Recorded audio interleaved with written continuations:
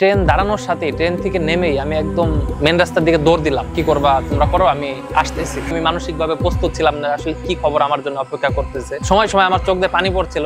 এই 12 ঘন্টার সময় আমার প্রতিটা মিনিট আমার কাছে এক একটা দিনের মতো গেছে। আমি মোহাম্মদ আসাদুজ্জামান, আমার নিকনেম মুবিন। বর্তমানে আমি সিঙ্গার বাংলাদেশ লিমিটেডে কর্মরত আছি। আমি লাস্ট 1 বছর যাবত বরিশালে আছি। অ্যাকচুয়ালি ওই দিনটা আমার লাইফের অন্যতম একটা স্পেশাল ডে এবং ওই দিনের প্রতিটা মিনিট আমার কাছে এক ঘন্টার মতো মনে হচ্ছিল।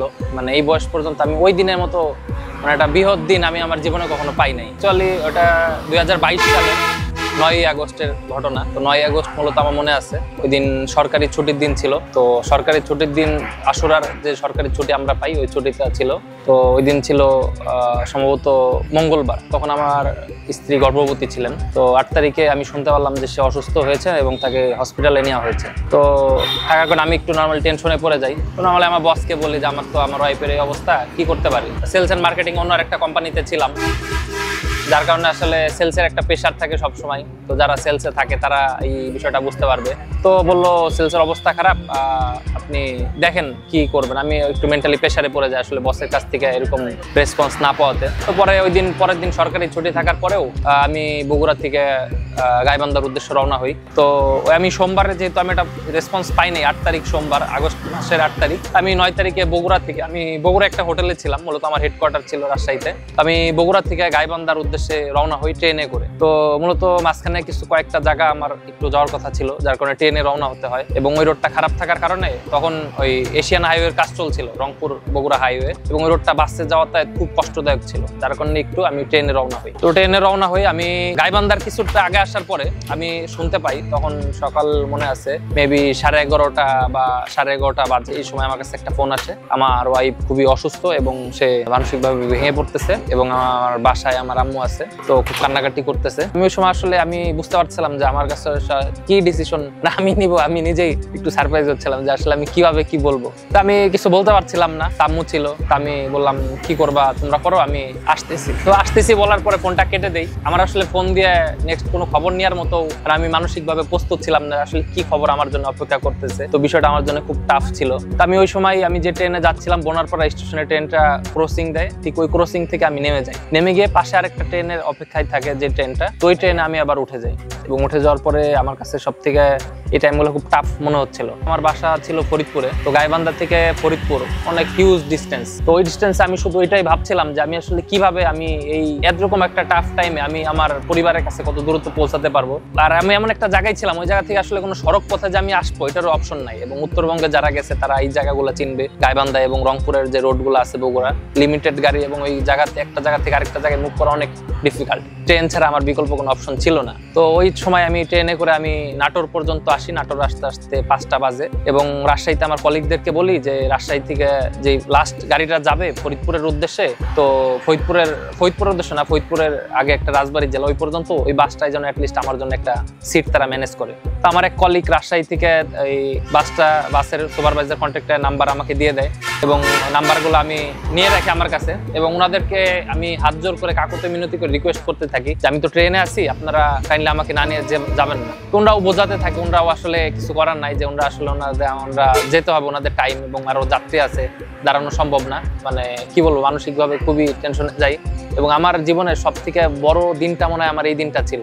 প্রতিটা মিনিট এক একটা ঘন্টার মতো লাগতেছিল এবং আমি সময় সময় আমার চোখ দিয়ে পানি পড়ছিল, কিন্তু আমি আসলে বুঝতে পারছিলাম না আমি আসলে কি করতেছি বা কি আছি। এর ভিতরে আমার ফ্যামিলিতে একটু যোগাযোগ করলাম যে আমি আসলে যোগাযোগ করে কি বলবো আমি এটাও বুঝতেছিলাম না।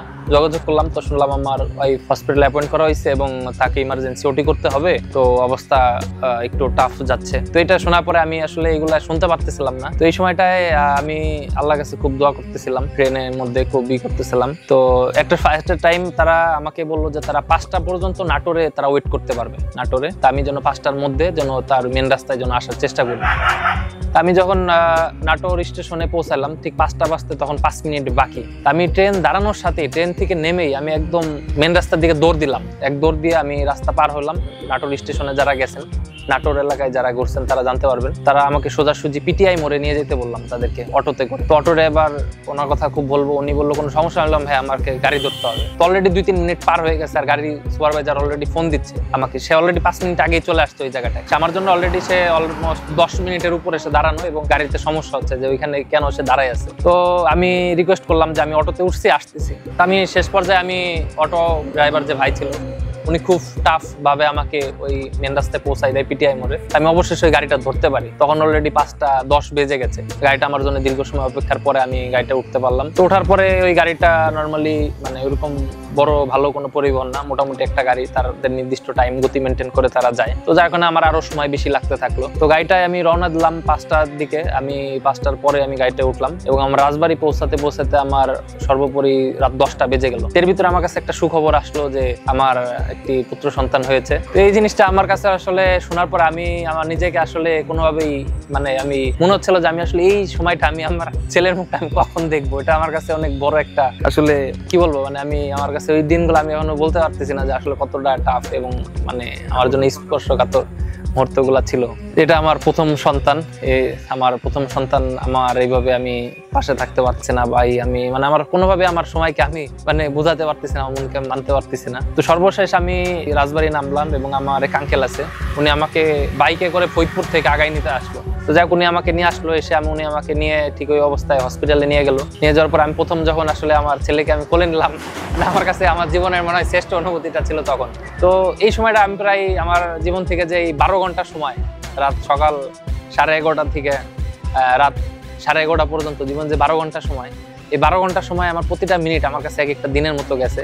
মানে এই দিনের কথাটা আমি আসলে কখনো বলতে পারি না। এই দিনটা আমার কাছে আসলে এতটাই মানে আমার জন্য আমার জীবনের সব থেকে মানে আনন্দ এবং সব থেকে টাফ টাইমটা আমার এই জীবনের এই দিনটা। আমার ওয়াইফ আসলে যেহেতু ওই ওটি হয়েছে, তো তার সেন্স ছিল না।